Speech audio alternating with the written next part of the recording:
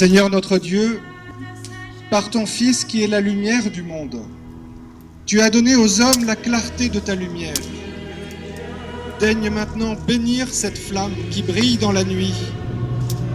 Accorde-nous durant ces fêtes pascales d'être enflammés d'un si grand désir du ciel que nous puissions parvenir avec un cœur pur aux fêtes de l'éternelle lumière. De plus en plus d'adultes en fait qui demandent le baptême, particulièrement en France. On sait que cette année, dans la nuit de Pâques, il y a 4500 adultes qui demandent le baptême et donc qui vont être baptisés.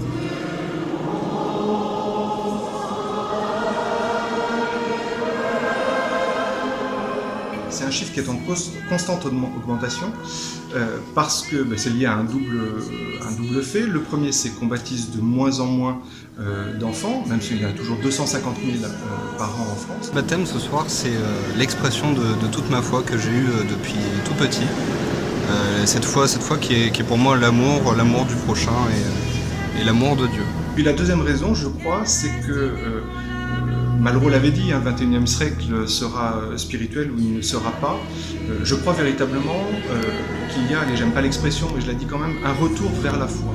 C'est-à-dire qu'on sent bien que notre monde matérialiste, notre monde de consommation, il ne répond pas finalement aux aspirations les plus profondes de tout homme.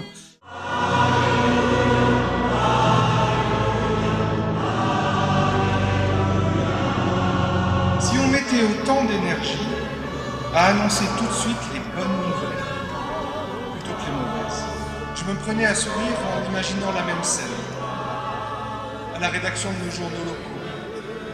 Des journalistes à Sud-Ouest ou à la DL qui entrent en trompe dans la rédaction en hurlant « Christ est ressuscité !» Faut le mettre tout de suite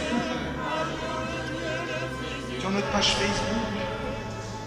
Plus vite les gars, faut qu'on soit les premiers à l'annoncer.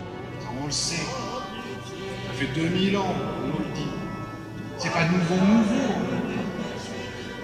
C'est dommage au fond que cette bonne nouvelle-là, ce soit pas nouveau. Et il faut lutter dans nos esprits à nous pour ne pas être blasés par cette nouvelle que nous entendons chaque année.